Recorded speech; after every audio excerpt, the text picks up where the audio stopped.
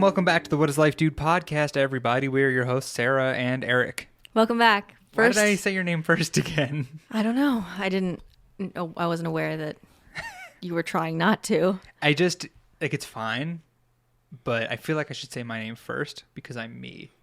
Okay. I've said this before, but it makes it seem like I'm Sarah. Mm-hmm. Anyway, what were you going to say? Our first episode we're filming since we moved into our new place. So if you're watching on YouTube, then you already know. But if you're not, then you can. By going to youtube.com/whatislifedudepodcast. Yes, What is Life Dude podcast. We're a little maybe frazzled. I don't know. We had a Zoom Passover Seder with my family on Saturday, and they asked about the podcast, and my stepmother, Claudia, was like, "Oh, you haven't released a podcast in like a month." And I'm like, "What do you mean? We haven't missed a week." She was like, "But we watch on YouTube." And I was like, "Oh, I didn't realize." Which reminded me, there are people who just don't use Spotify or any music streaming platforms for that matter. Or any podcast streaming. Right. You know, like my parents don't listen to podcasts. They listen to our podcast. And once we started putting it on YouTube, they started listening. So we'll keep doing it. We're back in the swing of things. We're going handheld mic today because, it's just easier. It's just easier. Right. So is there anything you want to talk about before? Life update? Yeah. I feel like things are mostly the same. Every episode's been a life update, last basically. Week. Yeah. Yeah. Making music, writing songs. Working out again, which feels really good. Yeah, we tested out a gym and we hated it. It was just very rough. Sure. You know, it was like a garage gym. Right. For what we would have been paying, you would expect more, right? Yeah. And the environment wasn't what I was looking for. So we tried out another gym, and it's like the most beautiful gym we've ever been in, and it's huge, and everyone's really nice, and it's really affordable. It like almost feels like there's a catch. Like right. It's too affordable. Right. I was pretty shocked that it was so affordable, but yeah, I'm very glad to have another place to go that's not our house. Since, back in San Diego, we were kind of getting out of the house by going on long walks at the park, and it's cold here. So it's nice to have another place to go. It's nice to be working out again. We haven't been strength training in months and months and months. And my first workout back last week, I realized that I'm basically starting from square one in terms of strength. Like, rewind to end of 2016 when I first started weightlifting. That's the condition I find myself in right now. More flexible, probably better cardiac health, respiratory health, but very, very weak. And so it's been interesting. Maybe I just wasn't thinking about it that much, but I'm definitely weaker. I just feel like it's so not a priority. Like I was just excited to go back and lift something, and I'm definitely weaker, but I don't know. I haven't really been thinking about it like that. But it's nice to go to a gym where we feel comfortable. It's like I said, it's very big. It's very well spaced. Everything's well spaced apart. And it's not too crowded. There aren't too many people. So as this pandemic thing keeps on going, it just feels nice to be in a place where you feel kind of safe. Yeah, I agree. And they're enforcing masks, and they're taking your temperature when you enter. So, yeah. How do you hold this mic? You hold it usually have it on a stand, but I've never done this, and I find myself like, I'm holding it like a gun right now. Yeah. Okay, so that's kind of the update. We've been rehearsing music every single day still. We're like, yeah, let's just do an hour today. Right. And then we play for like 2, which is nice. Yeah, it's really nice. I feel like I've just been talking about doing music for years and years and years, never actually making it a priority, and finally holding us both accountable now. And it's crazy. Once you start to actually put in the time regularly, you get better so quickly. Like I don't know. I was taking voice lessons for a while there, just once a week. And I wasn't practicing consistently but in between lessons. And so I'd feel like I learned a lot technically, but I wasn't seeing the effects of it. And now just singing every single day, pretty much, I feel so much more in control of my voice again. Well, it's funny because I make music as my job, but not in the same way that you and I make music, right? So a lot of what I do is, I mean, even if I'm playing real live guitar or bass or something, I'm not rehearsing anything, right? I kind of write it as I record it and then send it off to the client, right? So with us, I haven't played guitar for an hour plus every single day, maybe ever. I don't know if I've ever done that, but I actually feel my hands. Like I actually have calluses now. Check out that ring finger. It's as someone who like is a guitarist, is a musician. Yeah, and I've always said, yeah, I'm in a band. Yeah. I mean, when you're in a band with people that you don't live with, you practice once a week. But you and I were like, well, we're always... It's every day, bro. It's every day, bro, with the Disney Channel flow. Shout out Jake Paul if you're listening. I know you're not. Yeah, it's just weird. After the first 2 days, I was like, holy shit, my fingers hurt so badly. Yeah. Why is this happening? I'm a professional musician. And I'm like, wait, I never play this. I never play this much at a time. Right. I just think it's so important to find the things that when you do them, you feel like yourself and do them and get better at them. And it drastically improves your self-esteem. Do you know what I mean? Yeah. And it's like, I feel so often we're always trying to be like other people. We're trying to be good at the things other people say we should be good at or that we think we should be good at. And maybe sometimes we force ourselves to get there and we're like, great, I don't actually feel like a better person. I don't feel more like me. Like I remember learning all of these. I dove deep. My shoulder just popped. I dove deep into like photo editing, video editing, learning a bunch about like camera stuff over the past few years. And I was like, great, like now I have all these skills that I feel like I need to be implementing on YouTube, but really I just care about making food and presenting it in kind of an aesthetic way. But like now switching my focus and letting myself just pour more and more time into things I actually identify with is really a game changer. Yeah, it feels nice to kind of, I think I mentioned this last week, but the way we're approaching what cover songs we want to start out with is just by picking artists we really like and then going through their most popular or our favorite songs and just playing a little bit of it. And sometimes, you know, like most of them you're like, this is a little hard. It's a little weird. Oh, it's made for piano, not guitar. And then there's just that one song by the artist where you're like, oh, this works. And then we write it down. Right. And it's been so satisfying. We were trying to find a Green Day song. Yeah. And we were trying all these songs off their album American Idiot. And we're like, oh, let's try Give Me Novocaine. And we start playing it and Sarah's singing. And I'm like, oh, is this a good key for you? She's like, yeah, it is. And then I keep playing. And then I start singing harmony and neither of us lose it. You know, like we keep going. And we keep going with the song and it sounds good. Yeah. And we're like, oh my God, like a week ago, we wouldn't have done that. But just by playing more and more, it's like, oh, we can just pick up songs now and kind of, right.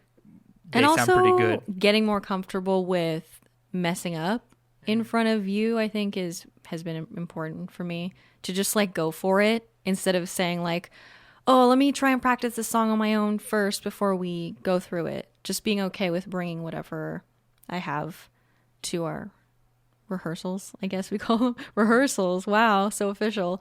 But I guess the point where we're trying to work up to a point where we can both perform live when things are open again, but we're also considering finding a way to stream shows on Twitch or whatever. And it would be nice to get to the point where if people are like requesting songs, I mean, I've never watched like a full Twitch stream of someone playing, but we checked one out the other day when we were talking about this. And I think it kind of just is this like, oh, someone's like, oh, play Mr. Brightside by the Killers. And like we look up the chords and the lyrics and we kind of sing it and we like it's not great, but we can like kind of harmonize and Yeah. just to get to that point where we're like, oh, we can pick up a song we know but have never played and just like kind of Right. fudge our way through it. Right. And it's like, oh, that was fun.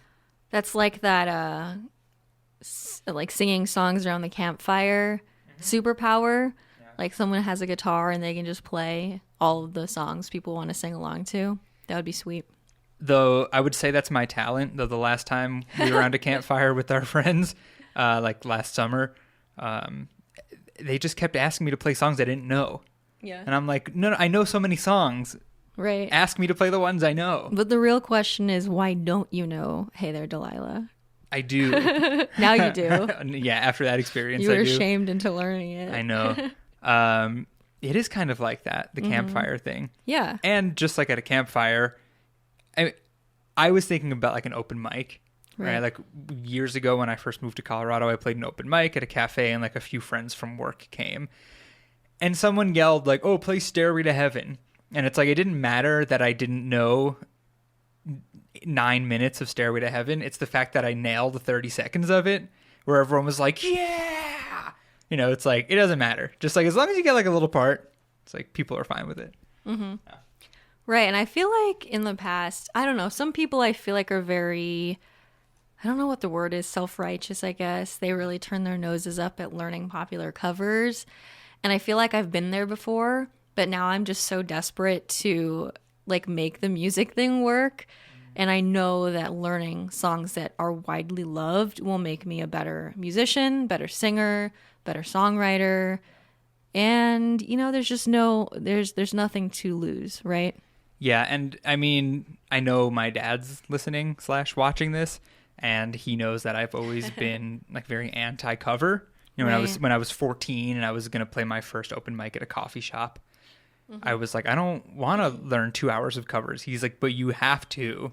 You can't just play your 9 original songs that are bad. He didn't say that, of course, but he's like, you need to fill time. You need to play things that people will know. I'm like, no. But I think what I've been learning by doing this, pick an artist and then figure out which song you enjoy playing the most, is that by doing songs that are popular, that doesn't mean you're like, oh, okay, well, I have to do, what's the most popular song on the radio right now? We don't have to do Levitating by Dua Lipa. Right. We can do, like, I don't know, Piano Man by Billy Joel, and people will still know it. It's like popular songs don't just have to be what's on the radio right now, which is what I always thought. Right. It's like there are popular songs for many, many decades that people still love. Yeah. Timelessness of Maybe music. even more so. Yeah, you know, I've thought about that, about how now it's easier than ever to make music as an independent artist, right? Because technology is so good and so much more affordable, right? Like we have a home studio. And I feel like also people aren't always just releasing records anymore. They're releasing a lot of singles. They're really trying to just saturate, streaming platforms. And I wonder if it's like when we think back to the music we were listening to when we were kids, like these are the songs that people love to hear played at live shows, like covered. Like people go nuts for them. And I wonder if the generation that's like the generation of music that's happening now, if it's going to be quite as clear which were the standout songs. It won't be. Yeah. I don't think it's going to be. Right. I mean, music just doesn't seem to be like that anymore. Yeah. It's like every song is a hit now for some amount of time. I mean, I don't even know if like Blinding Lights by The Weeknd is going to, I mean, it's been on the charts for a year and a half.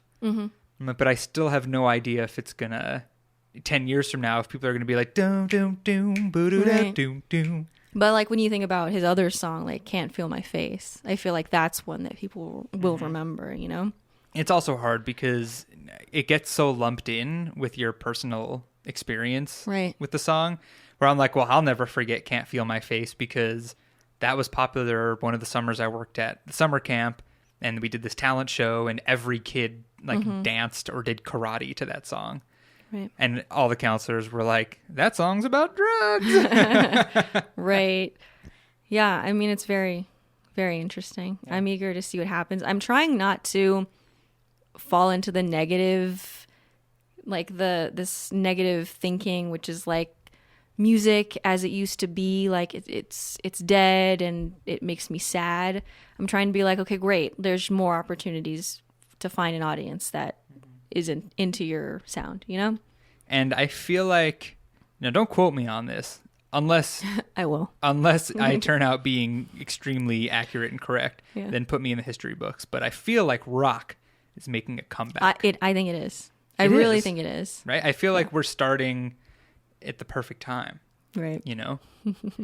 I don't know. Who knows? It's making a comeback in your life too. You know what I mean? It definitely is. I think both of us have been revisiting a lot of music that we grew up listening to. Like I have been listening to Alanis Morissette again. And I was kind of inspired by you because Eric was watching a video on YouTube kind of like breaking down one of her hit singles. And I was like, oh, this is the music that I grew up on. Like this is someone who has definitely influenced my songwriting and my sound preferences, I guess. And like, I want to like pay homage to those artists. I think that's another benefit to being open to doing cover music. Mm-hmm. Were you allowed to listen to Alanis as a kid? Yeah. Yeah. Although I will say, I remember actually my dad and my sister and I went to Best Buy and we got my mom two, maybe just one, definitely Jagged Little Pill. I remember getting that for her for Christmas. And I remember that for a while when we would listen to it, like on the way to school or whatever, anytime she cussed, my mom would just really quickly reach over to the volume knob and turn it down. But it's like, you know, kids don't really know what is being sung about. Yeah. I mean, I have a vivid memory of my dad doing that with the Offspring song Bad Habit. But there's like this very short section in that song. He's talking about like road rage. And he's like, you stupid. And then he literally just, he says like 8 insults that are all curse words. And I remember my dad just being like, you stupid god, mother, shit. Wait, hold on, I messed that one up. But you know what I mean? It's just like every other word was a bad word, and he would be like, Right. turning it down. Yeah. So funny. Right. Just like, don't play the song. All right. Should we use that as a segue into our topic about parents? 17 minutes into the conversation, we just talking about music, just music things. Well, that's all we care about these days. It's like all we talk about, and it's all we do together. Right. Right? Kind of. I mean, yeah. I mean, it's definitely taken over as the main thing we're trying to accomplish. Right? Right. Okay. Parents. Oh, you're handing it off to me. I wanted to drink water real quick. So this topic kind of came to my mind after the Passover Seder that Eric mentioned earlier. And I was thinking like, oh, it's so interesting. Your stepmom listens to our podcast. And also we had gone to like an in-person like family Seder with Eric's extended family. And, a couple of your family members were, like mentioned one of my stories on Instagram. And I was like, oh my God, like Eric's family looks at my stuff. Wait, who mentioned what? Aunt Jo mentioned that the picture of you with pink hair. I like put a hair color changing filter on Eric. And right. So Adam and Aunt Jo remarked on that, and I was like, oh my God, Eric's family is consuming my daily content, which is weird because it's like I want to be authentic, and also I want to be, it's hard, you know, like you want to be different things to different people. Yeah, I mean, and especially for you want to be like this mental health advocate, and also this like musician and lyricist that writes about these things. Yeah. But then it's also like, yeah, I mean, I get it. Because then you go to the family Seder and you're like, everyone knows I talked about how depressed I am. And right. It's just like, I don't know. It's weird that you can feel more comfortable putting that really sensitive information out to people who you don't really know. Yes. Right? Because it never goes beyond that. Like, oh, people might respond and say. But usually if people respond, it's because they have some sort of commonality with me. And so it's like we're right there talking about it instead of, you know, it's like awkward to navigate conversations with people who don't really, you know, understand what you're going through. Not that I'm saying that's true of like your family, but, you know. Yeah, I mean, yeah, everyone has a different experience. I know what you mean. I'm sure everyone listening knows what you mean as well. Right. Anyway, I was thinking about that, and then I was just thinking like, oh, it's cool also to have that level of support, right? Because we live far away from, you know, most of your family in New York. So it's cool to know that they listen. And then I was thinking just about family in general and about parents. And I was thinking, okay, Eric, what would you say if you had to pick one kind of like lesson or truth or energy that like for each of your parents that they really embody, how would you narrow it down? And I said, I have no fucking idea. Right. So I have 3 parents because everyone knows about my stepmom. He has 2 moms. I have 2 moms and 1 dad. And I actually shouldn't say that because my mom's going to text me immediately and be like, I'm your only mother.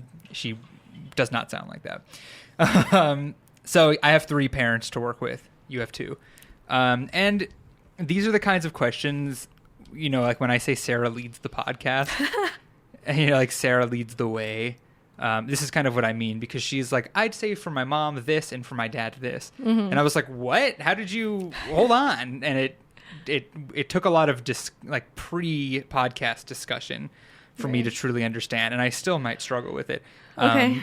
But what I want to say is, to all the parents of mine listening, I picked one thing for each of you, one quality, one trait for each of you. That does not mean, I'm looking at the camera now, that does not mean that the other ones don't apply to other people. It's just the strongest with, you know what I mean? You know what I'm trying to say here? Okay. I do. Okay. So remember that, family. How do you want to start this? You go first because you have more Moss parents. Okay. Who do I start with? I guess I'll start with your favorite? My favorite. Probably your favorite. Okay. Well, I'll start with my dad because I think it's the easiest one that I was able to come up with. Okay. So for my dad, I'm going to go with generosity. So what do I mean by that? What do I mean by that? Well, how did we even get to this, right? Because I feel like you probably said it, and I said, that sounds right. Man, I struggle so much when I have to talk by myself. This isn't about you. I know. Okay, so my dad, generosity. There are a lot of things and a lot of reasons this came to me. Mm-hmm. So let me just I'll just start off by going with like real life examples. One of the things that came to mind was like supporting my dreams, supporting me as someone who wanted to be an artist, creative. But I feel like it's just a little different than that, which is where I came up with generosity. So the one example I was thinking of was when I was younger, I wanted new music gear all the time, right? Because I wanted to learn how to play guitar, and then I wanted an electric guitar, and I wanted to start recording myself. And my dad would always make me clean the pool, paint something, do something in the house, do yard work, and then he would pay me an allowance for doing the work, right? He was always like, yeah, I mean, I'll give you money, but you're going to have to do something for me. This is a business transaction. And I was like, okay. So what would end up happening is, let's say I wanted something that was $200. He would give me $20 every time I did some task on a Sunday, right? So then 5 weeks would go by and I'd say, I'm halfway there. And he's like, you know what? Because I support your journey to being a musician and you already worked, I'll pay for the other half. And you can buy this cheap microphone or whatever. Mm-hmm. I'd be like, really? So half of this I understand is privilege and having a family that can do that for me. Mm-hmm. But I really appreciate that he taught it to me in a way where like, look, you don't just get stuff paid for you all the time. And when you grow up, you're going to have to make money to buy stuff. So I'm going to support you, but first I'm going to make you work for it. And then I'll swoop in at the end and say, okay, you worked for it. Now I'm going to be that supportive, Right. you know? And that was kind of the first thing. And I was trying to figure out how to like qualify that in a trait, you know, and I didn't know what to call it. So generosity stuck out because, well, I don't know. What kind of generosity do you see from my family? Well, from my dad when you're around our family. Because you said it, and I feel like you may have given Did an example. I say it? Yes. I feel weird being opining on the topic. I don't know what that means. Giving my opinion. Oh, that makes sense. I think you should it? keep talking. I don't really remember what else we were talking about. Other ways my dad is generous. He's just a very nice, welcoming person. You know, I'm trying to think of things that aren't like very personal examples. And I don't want to talk too much about our family dynamic. Right. You know, but when people come over, he'll buy stuff for them. He'll make you feel welcome. Yeah. He's just a very giving and supportive person. So Like doesn't keep score. yeah. I don't know. Sometimes I feel like the pre-discussion goes much more easily than the recording on the podcast discussion. Sure. Because this is making a whole lot less sense to me than what we talked about when we were laying in bed the other day. So, well, just don't think so much about the other conversation. Just say what's true. Do you know what I mean? yeah. Maybe we can circle back and you can talk about a parent. Okay.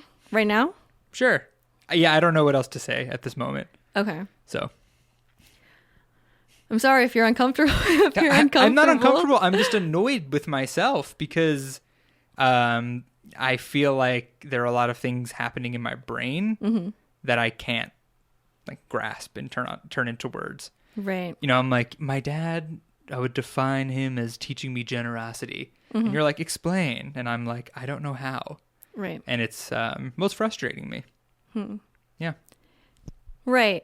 I mean, if I had to describe your dad, you get a lot of warmth when you're around him. Do you know what I mean? He just seems like a very non-judgmental, like you said, kind person.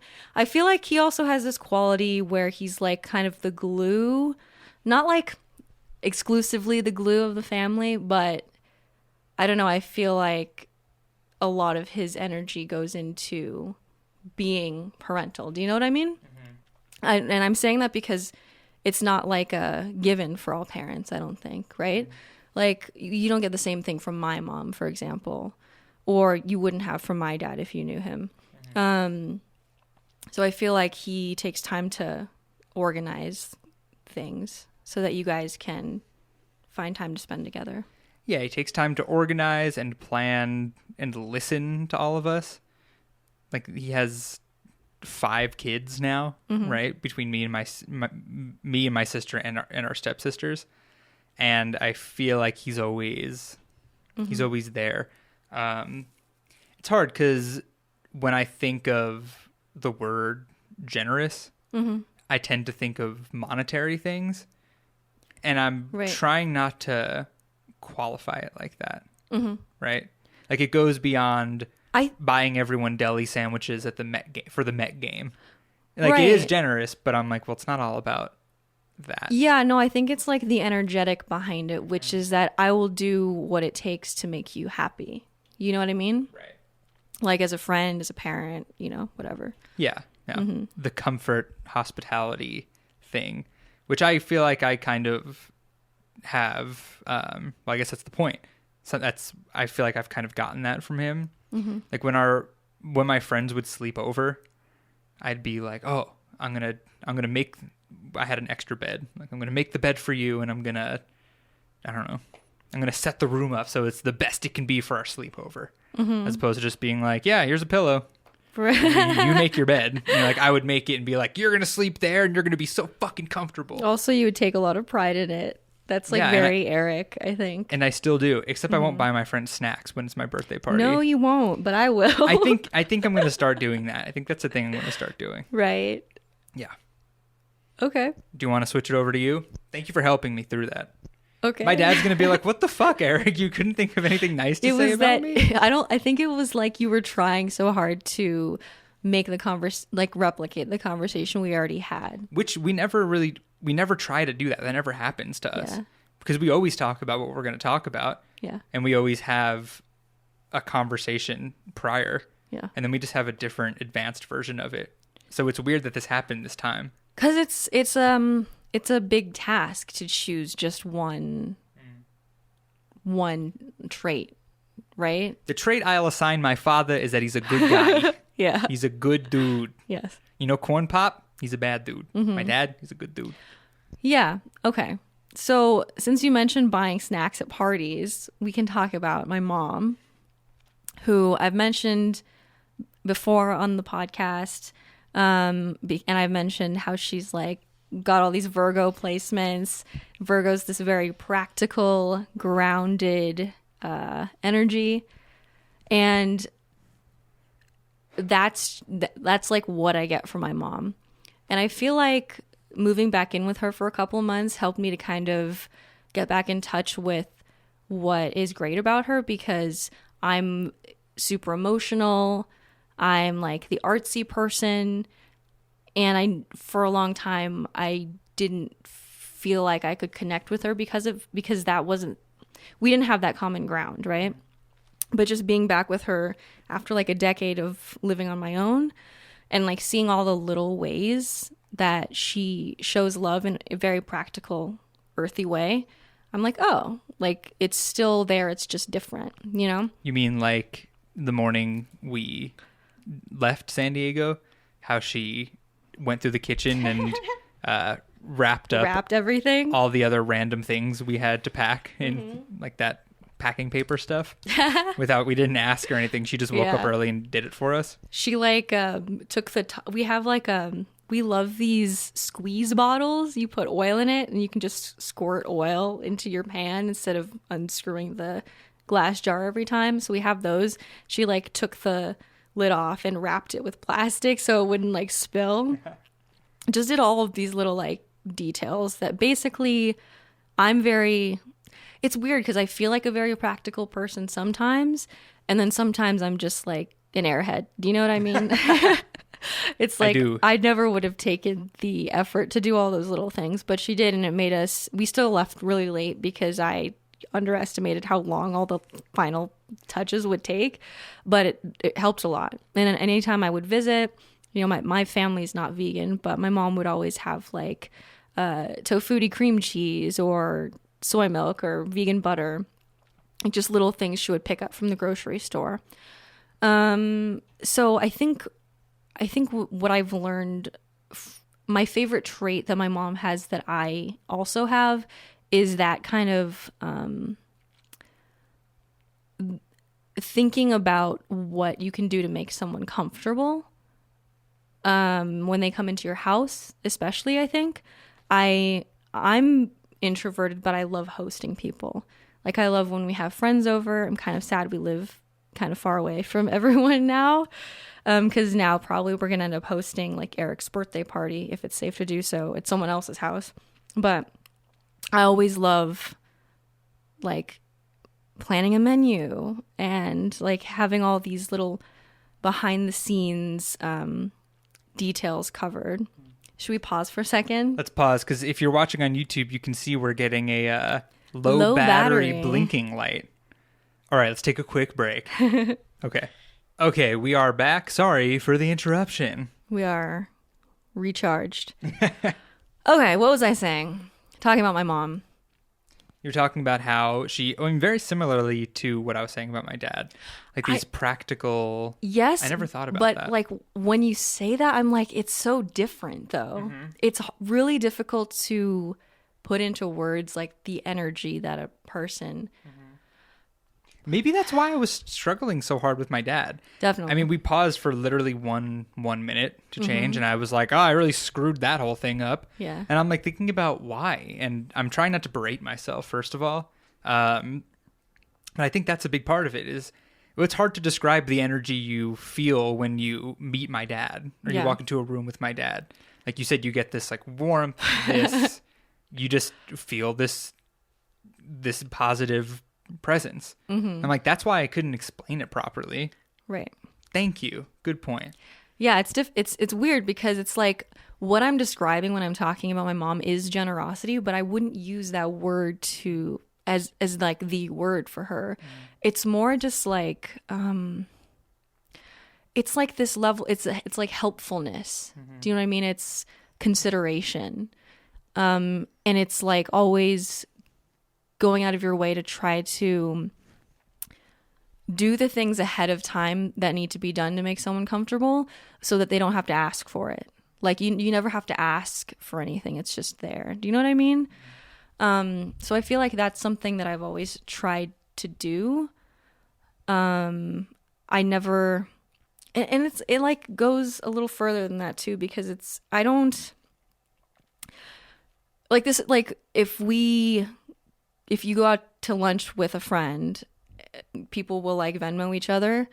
I will just be like, I'll pay for it. Do you know what I mean? It's about, see now I'm having trouble. It's hard, right? Yeah. It's just this, now you talk about my mom because you've spent considerable amount of time with her. Well, I'm trying to think of examples. Yes, you do get this generous like vibe, but it is much different than what I was saying about my dad. It's like behind the scenes. It's like if she hears you mention that you want something or that you're interested in something, she'll read about it or she'll pick it up at the store. And it'll just be sitting in the fridge. Right? Right. Or a very specific example, Sarah's mom really likes beer, right? So when we lived there, I would always buy new beers and to try them, and I'd be like, Mom, because I would call her Mom, like, Mom, you got to try this with me. And she'd be like, No, I shouldn't drink beer. And I'd be like, You're drinking this beer with me, and she'd be like, Okay. And she had this set of like 6 beer glasses that are each a different size and shape for different beers. I don't know the science behind it, probably because there is none. And I would always like choose a different one every time we had a beer together. And then for Christmas, she gifted me a set of those glasses. You know, just by me always using them. She's like, oh, now when you guys move out, you have your own set. Yeah. And I'm like, oh, nice. I didn't ever mention it. I didn't say I wanted them. It was just a great gift because it was that consideration thing. Right. She's like, huh, he loves those glasses. Yeah. I'm going to buy him a set. It's those things. I have a random kind of story, but I think I mentioned many, many episodes ago when we were living in San Diego, I started trying this indoor composting method called Bokashi, which is essentially you're kind of just pickling your compost. You can pickle that. You have this brand that's been inoculated with, I think, like lactobacillus. I don't know. I'm full of BS. Anyway, so we were doing that for the longest time. We had 2 5-gallon buckets full of Bokashi. And then after letting it ferment for some time, you have to bury it and then it will decompose in the earth. And I'm number 1 procrastinator in all of the land. So I didn't bury it in a timely fashion. And then one day I walk downstairs to make coffee or whatever. And my mom's outside with these Bokashi buckets. Digging a trench in the garden beds. Yeah. And she's like, just watch out because like the lid is off of one of them. The one that's been aging for like 2 or 3 months by now at this time. And it reeks. Something went wrong. It fermented too long. Right. But she was basically, it wasn't that, it's like the motivation behind it is that we were moving. She wanted me to have the buckets available if I wanted to take them. So she was Right. going to empty the buckets and clean them. It wasn't coming from a place of like, all right, lazy ass, I'll just do it for you. Yeah. Right? It's like, oh, well, You're going to want this is going to make it much so- easier for you in 2 weeks. So Right. I'm going to help you. We ended Yeah. up, don't worry, we helped her. I swooped in and I was like, oh my God, Mom, I'll do it. Okay. It really did reek. I could smell the bokashi in my nose for the rest of the day. Okay. It was invasive. She was really a trooper about it. Yeah. Since she didn't have to do that. Yeah. Funny enough, I couldn't fit the 5-gallon buckets in my car, so I left them with her, and now she's growing tomatoes out of them. Wow. Yeah. Didn't she also like transfer some plants at some point when we were living there without us asking? I feel like there's another example of her just doing something Right. that we mentioned, but I feel like she knows when it's a task that you want to do yourself, Yeah. and she's like not going to step on your toes. Yeah. But it's like with the bokashi, it's a great example because Yeah. you just we're not getting to it. And Right. she was like, okay, I'm just going to help out. Right. So I feel like there are more examples, but I think Yeah. that's a good, yeah. Yeah. Right. So that's just something that I like strive to embody, I think, and I hope to grow into that more and more as I get older, is just like trying to show love by doing things that are valuable to other people, right? See, this is the dynamic I always talk about on the podcast with you and I, is that like I feel like I have something to say about my dad, Go for it. and it's because you were, Yeah. it's like the back and forth thing. When I get put in that, Eric, say something, Yeah. I really struggle. Yeah, I mean, I feel bad because I don't know your parents nearly as well as you know mine, having lived with my mom for 5 months, Yeah. So I feel like I have less to offer. Do you know what I mean? Mm-hmm. Yeah. It's okay though. It's the way it is. But yeah, just you saying it's something you'd like to grow into more. I'm like, I would also like to grow into what I was saying about my dad, just to kind of like, I don't want to be the guy that won't buy his friends snacks at a party. Yeah. I mean, my dad would always, we would always have like backyard barbecues, right? And like this is going to sound so privileged, guys. I'm totally aware of it. Like he'd heat the pool the night before, so it would be warm when people jumped in, right? Right. So it wouldn't be freezing cold. Right. And like the cabana would be stocked with snacks and margarita mix, so like people could just show up and just enjoy themselves, and like that's it. Yeah. Nothing else. You didn't have to do anything else. We had to like bring a towel. Right. Right. Now I'm like, I don't want my friends. Oh, who's bringing the dip and who's bringing the pretzels? Sarah it's like, is. right. I mean, like, it's going to cost $50 to supply enough snacks for my friends at my party. Right. Like it's worth the $50. And I think just in the past, I've never thought of it that deeply and been like, well, I don't know why I don't need to spend $50. Everyone could buy Right. one. It's like, no, I'm over that. Yeah. It's worth it. Yeah. They're my friends. I But want them to see, feel good. That's like that we got in like a small tiff about that when She that punched happened. me. No, that didn't. I'm just kidding. Yeah, it's funny. It's interesting. Yeah. Yeah. Okay, so next parent. Okay, parent number 3, my mother. I feel like I'm going to say this before all of them, but this was also hard to kind of figure out. Narrow down. Narrow down, yeah. And ooh, that was my knee. We pop. We're popping people. I feel like we're kind of manic in this episode. Do you feel that way? I'm often manic Are when you I'm lit? in front of a camera. Do you think it's been exacerbated by the fact that we... Worked out right before. I was going to say that we haven't filmed the podcast in a long time. Maybe. Yeah, that energy is coming back.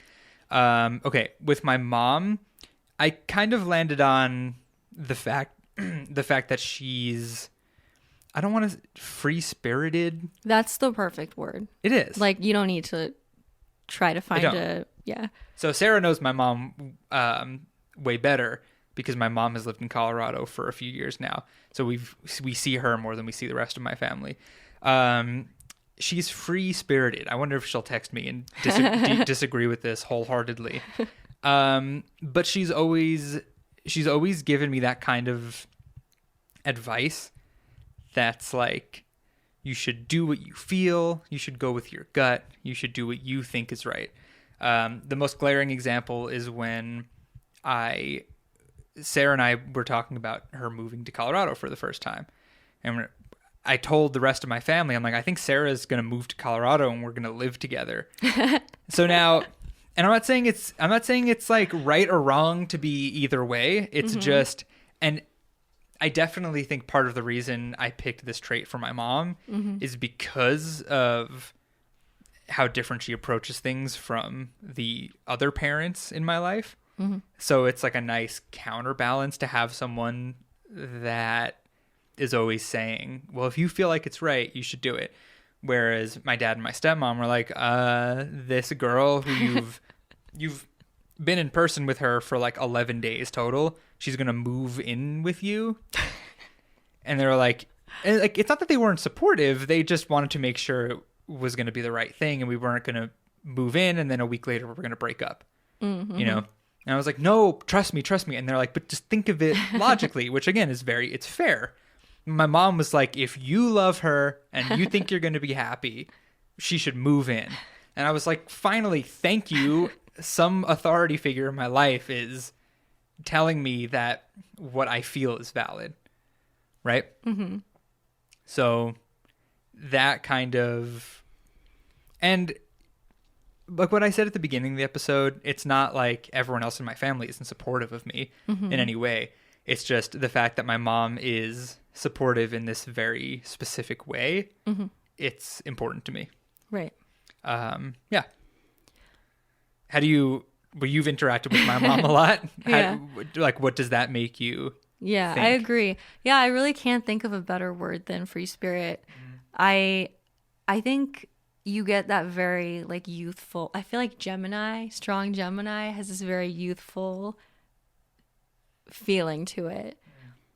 And I feel like she's very adaptable. Like every time we have hung out with her at like a public place, if we arrive after her, she's like chatting with someone. She's always chatting with the bartender or someone else like at the bar. Yeah. Because that's just the way she is. Right. And I feel though like people who, because what you're talking about is with the free spirit is like not being judgmental, accepting that what's right for one person may not be right for the next person. And I feel like people pick up on that energy, and then people are more open to just talking to you and telling you what their story is. Yeah. And it's funny because when you're like when you're family, you have this like this whole other view of of your family members. So we'll show up to a restaurant, my mom's sitting at the bar like yapping to some, in my opinion, some like sorry fella at the bar, and I'll show up and I'm like, oh mom, are you talking this guy's ear off? I'm like, sorry. And he's like, sorry for what? We're having a great conversation. And I'm like, oh yeah, it comes off as like my mom's so chatty, she just talks to everyone, but like people like it. Right. You know, but you know, you get this like defensive family thing. Like, oh, like if my sister does anything, I'm like, God, everyone's probably so annoyed by her. When really it's only me because she's my sister. Right. You know, it's like those little things. So it is funny to watch that happen where people are like, no, she's not bothering me. Like we're having a nice conversation. Right. But yeah, I have a feeling this aspect of my mom comes from the fact that her life and childhood wasn't the easiest. So she has this feeling of kind of like needing to trust yourself and just do what you have to do. Right. Because no one else is gonna help you. So I feel like that's where she kind of gets it and has passed in very different context, has passed it to me. Yeah. Where it's like, do what you think is right because you're all you got. Yeah. You know? This is like kind of unrelated, kind of related. Another trait I think both of you have is this ability to not make things awkward. And by that I mean there aren't like awkward lulls in conversation with your mom. Like, I'm really bad at small talk, okay? If I'm placed in a conversation with someone I don't know that well, or sometimes even someone I do kind of know well, like if you were to just leave me and like Robbie in a room together and let us talk, there would be like awkward lulls because I can't really carry a conversation all the way. Which is funny because those things are only awkward for certain people. Yeah. You know, like I think I've gotten to the point of just accepting how people are. Yeah. That if I'm in a conversation with someone and there's an awkward lull, I don't feel awkward anymore. I just kind of sit there and think to myself, well, sometimes this happens in conversations. I'm sure it'll pick back up. And it does. And I just hope the other person doesn't feel awkward. I'm like, I feel fine. But I feel this tremendous burden to be the one to like ask the next good question, or I don't know. Yeah. I'm weird. No, I'm not weird. I don't it's think common, you're weird. but I think it's very like common. The extent to which it makes me uncomfortable is extreme, and I haven't had that experience with your mom. Yeah. I agree with that. Do you want to talk about your dad? Sure. Okay. I can't believe it's already been 51 minutes. Yeah. That's crazy. Okay, so this one came to me first.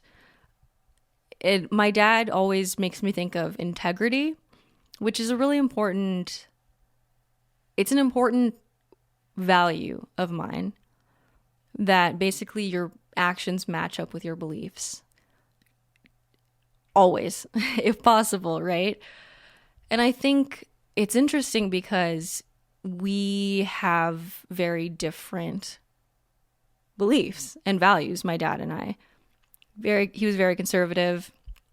Both my parents are religious. They raised me as such. I was identified with conservative beliefs for a really long time because that's what kids do usually, is just absorb their family's political beliefs, religious beliefs, etc. And so I've differentiated a lot from where I came from, but I think the underlying principle of living in accordance with your beliefs is still true for me. So it's really interesting.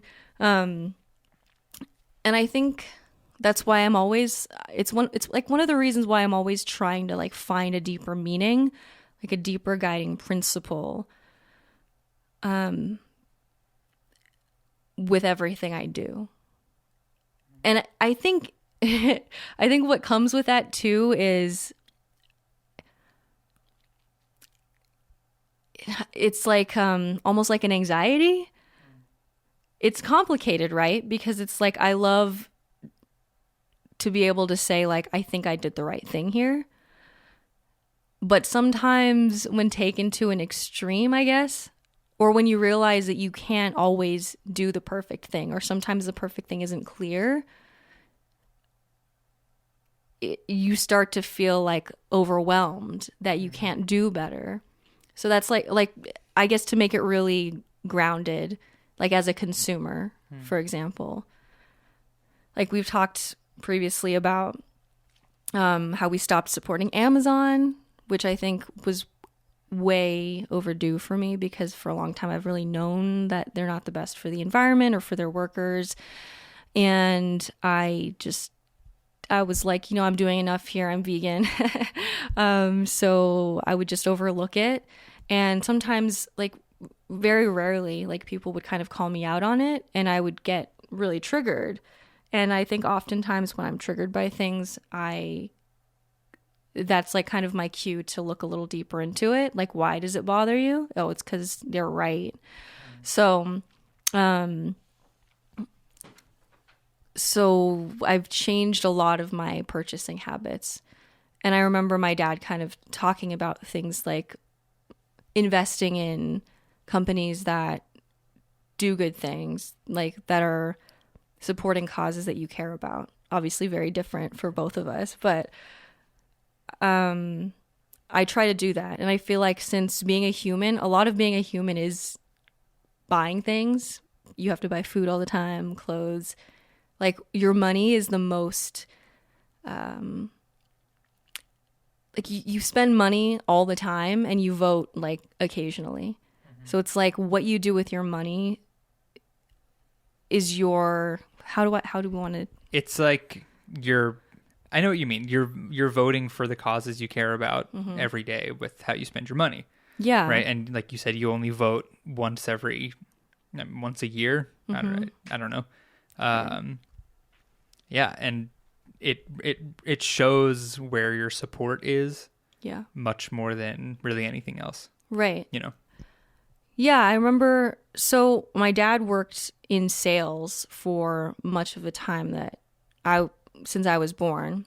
He was in the restaurant business and then he switched to wine and spirit sales. And I think anytime sales, like being a salesperson, I think there's always the potential to do some sleazy things and just to get ahead.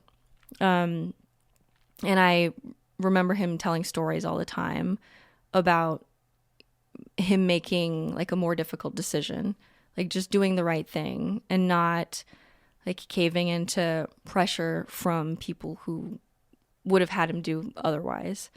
And even if it meant that I don't like it, it's hard. It's like sometimes in doing the right thing, you forfeit opportunity, right? It's like I would never take like if Amazon wanted to pay me $50,000 to do an ad for them, I wouldn't do it.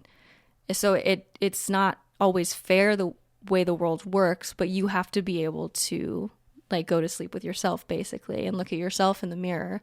And I think that's what I learned from him. And I apply it on a very day-to-day basis, like with the food that I eat, how I spend my money, how I treat people, and how I spend my time, right? I'm always trying to just align with, like, embody the person that I want to be. Yeah. Yeah, and recognize all the things that you're doing that seem like you're living out of integrity. Yes. Right. Yes. Yeah, I like that. You know, I thought you were going to say what the trait you got from your dad was your love of Billy Joel. I think you got that from my dad, actually. I think so. Yeah. Well, this is an interesting one because, like, I'll never meet your dad. And I feel like we would have gotten along if we just never talked about politics or anything. Right. And then I would be curious to see how he interacted with my dad, who is also on the other side of the political spectrum. Right. Right. But he's also a salesman. Yeah. And I'm like, their conversations would have been very fascinating because they have a lot in common, but also a lot of things are different. Right. Yeah. I mean, it's just really important, I think, to outline what your values are, to actually say it out loud or to write it down.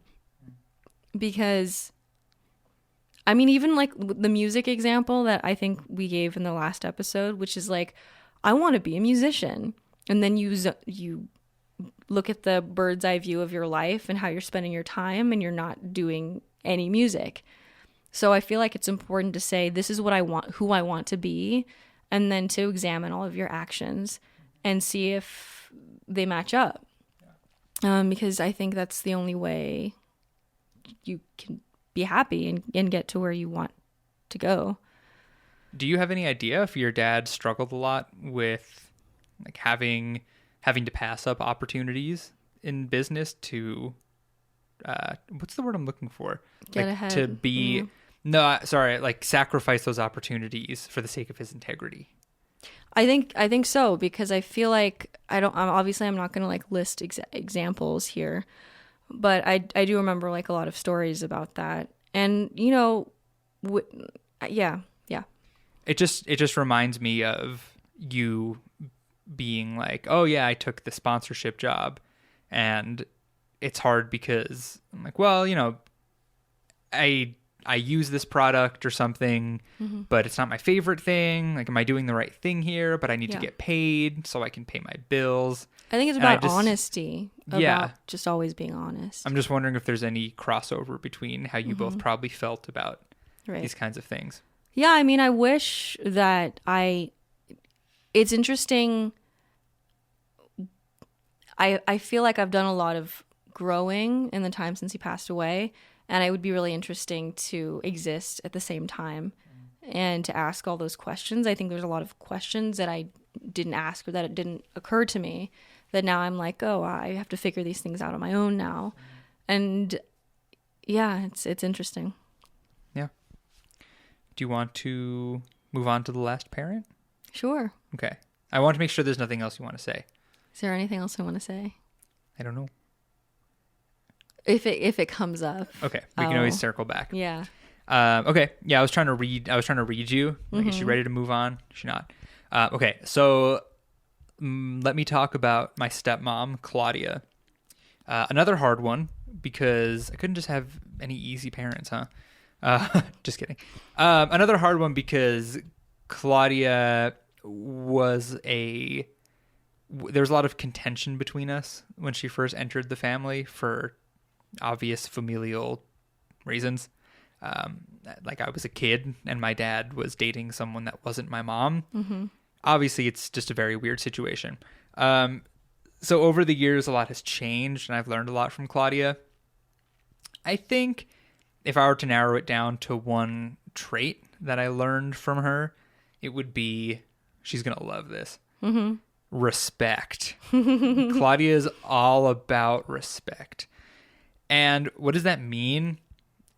It means a lot of things. The first example I had when we were talking about this the other day was I always used to do this thing to her where she would cook dinner every day for the whole family, and sometimes I wouldn't want to eat it because I wasn't in the mood for the dish. Now, if I sound like a spoiled little shit, it's because I was. So, obviously, I didn't understand that it didn't matter what I wanted because someone was paying for the food and cooking it for me. Mm-hmm. So, it's just like, you just eat. But the phrase I would always use, she'd be like, oh, you're not really like eating your food. Are you okay? And I'd be like, yeah, I'm just not really feeling it.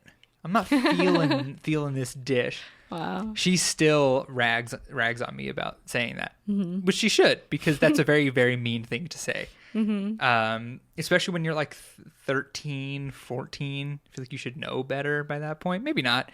But I would always used to say, I'm not feeling it. And Claudia was rightfully very disrespected by that. Mm-hmm. And I just didn't really ever get it. That all those little things. I'm like, what's your deal with respect? Like, why do you care so much? Like, I'm not really being disrespectful. But I think there are a lot of times where I was, and I understand it now. But another way this comes up in our relationship is with my dad. She's very protective of my dad and his feelings, which is very sweet now that I'm in a committed relationship, right? I'm like, oh, she really is always looking out for him and making sure that none of me or any of my sisters are being disrespectful towards him even. Mm-hmm. Did I give an example the other night? I can't remember now. But yeah, I get this. We would always fight, and by that I mean I would always fight with her, and I would just be kind of rude, and I mean I like had it out for Claudia when I was younger because of the situation, which is not fair at all, but we've gotten past that now. And I just feel like all of our interactions and everything I've learned from her as my third parent just boils down to being a respectful person. Mm-hmm. And now I just always try to, even if I disagree with someone, right, or if I'm trying to really get a point across, like Claudia's very, what's the word? She's not strict, but she's very like, here's what I think. Mm-hmm. Here's what I think you should do. Here's what I'm going to do. But she's not disrespectful, right? And it's like this weird line of her really practicing what she preaches.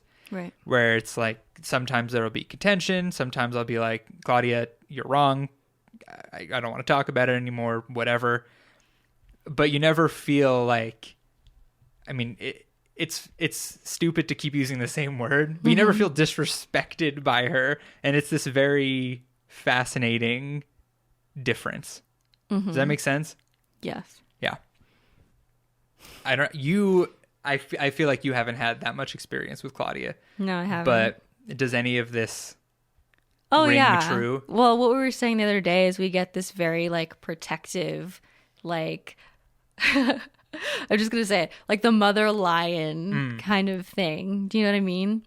Like, she has your best interest, even if you might disagree. You don't question that. Yeah, you don't ever question her intent, right? And this is what I was saying about my mom, is that they're just like polar opposites when it comes to, hey, what should I do? Right? So it's nice to have that balance between, I mean, really the balance between Claudia, my mom, and my dad. I feel like I get every aspect of a parent from between the three, right? Sure. It's like three pieces of a pie. I just feel like everyone balances each other out so well. And that's why I turned out perfectly. Right. But yeah, I don't know.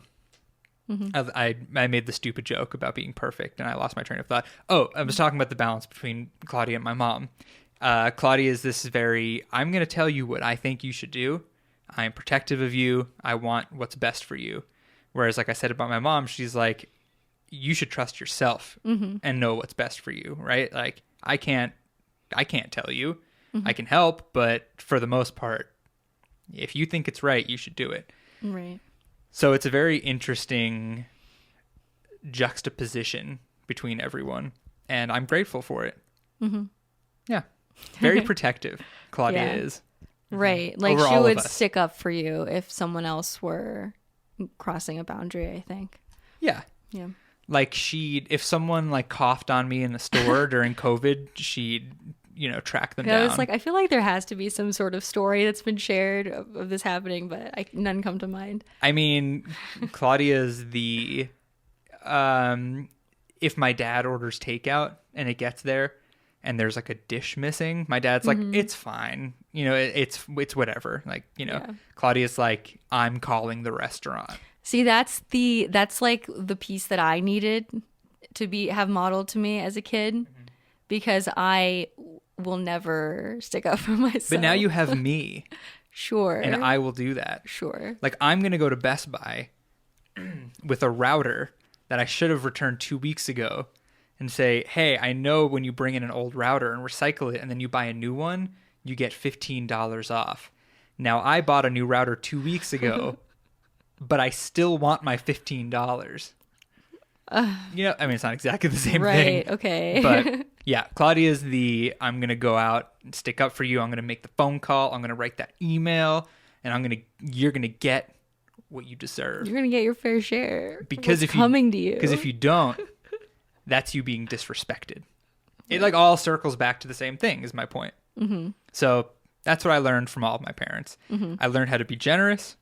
I learned free-spiritedness. Go with your gut. Do what you think you should do. Be yourself. And I learned how to be respectful. Right. I was such a disrespectful little fuck when I was a kid. Yeah. And for you? For me? I learned some things too. Just go back and listen to the episode if you're unclear on those. I tried to do a little roundup, Woody's roundup.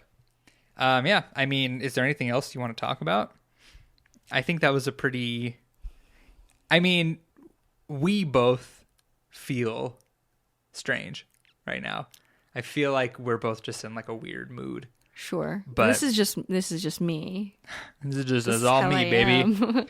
Am. Okay, well, in that case, I don't think we're going to have some sort of well wrapped up ending to the episode. I don't know. I think it's interesting that, I guess not in terms of, I was just thinking about how these things develop new meaning as you age. When you come to realize, my parent is human too. They make mistakes. They don't know everything. Some of the things that rubbed me the wrong way before Like, now I understand where they're coming from. I understand how I can adapt them into my life too, to be a better person. Well, let me ask you one last question then that just came to me. Yeah. So I was thinking about where my dad, my mom, and my Claudia all got these traits. And I'm like, huh.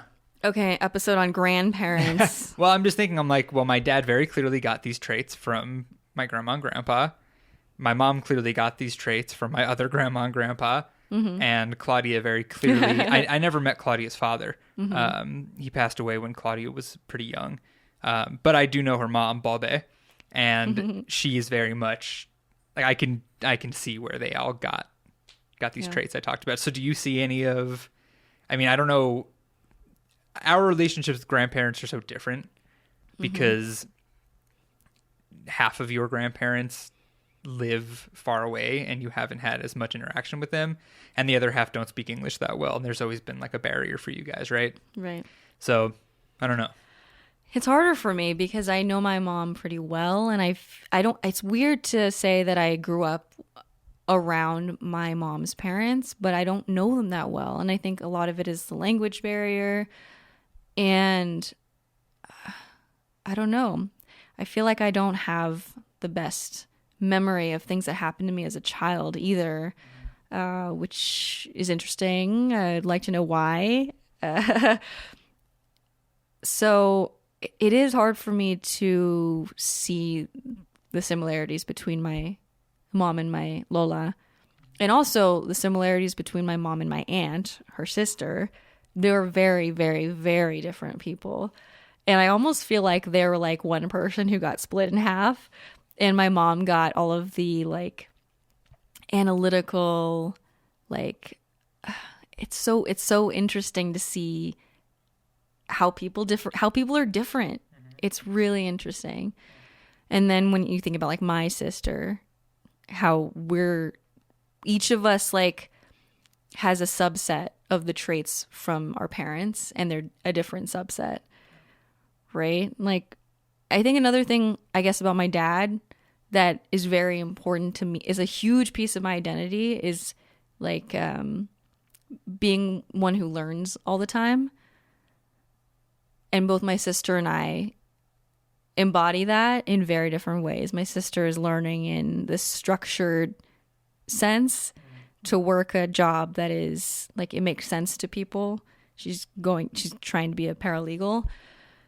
And then I'm just like out here applying the same kind of discipline to weird new age shit. I'm just like, yeah, I'm actually rigorously studying astrology, and I am, and I'm reading like these crazy texts, and it's just funny how I take this value that my dad always placed on honing your intellect, and I put it in, I'm like perverting everything that he stood for, but like it's funny.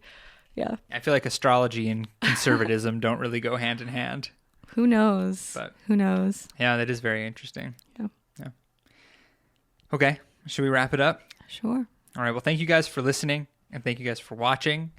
I hope you enjoyed this episode where we both felt a little, shall we say, lit, maybe from the gym.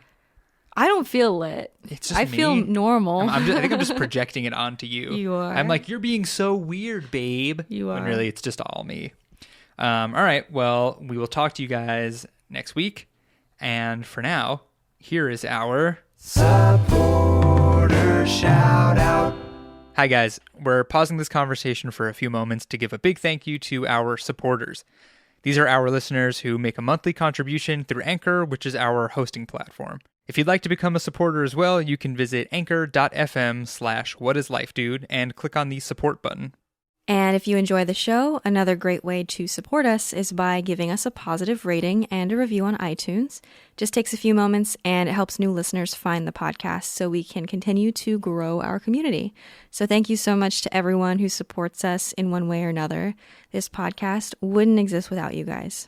So without further ado, shout out to our Anchor supporters: Inga Pfeiffer, Morgan Lassiter, Jennifer, Scotty Draper, Glenn Ames, Kevin Dooley, Jessica Chelgren, Marie Zimmerman, Nina Schmidt, Izzy, Reem, Alexis Dooley, Annalise, Nadia, Merv, Teresa Madara, Kelsey Pritchett, Ellis Adler, Anna Jareka, Megan Stewart, Samantha McIntyre, Dylan Schaubin, and Sarah Creighton.